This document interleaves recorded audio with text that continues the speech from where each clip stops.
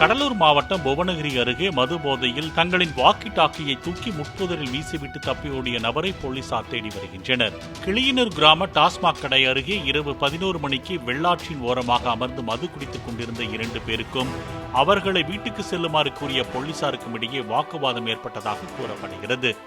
தள்ளுமுள்ளு ஏற்பட்டு ரோந்து காவலர் ஒருவரின் கையிலிருந்து வாக்கி டாக்கியை பறித்து ஆனந்த் என்ற போதையாசாமி தூக்கி எறிந்துவிட்டு ஓடியதாகவும் பல மணி நேரம் தேடியும் வாக்கி டாக்கியை கண்டுபிடிக்க முடியவில்லை என்றும் போலீசார் கூறியுள்ளனர்.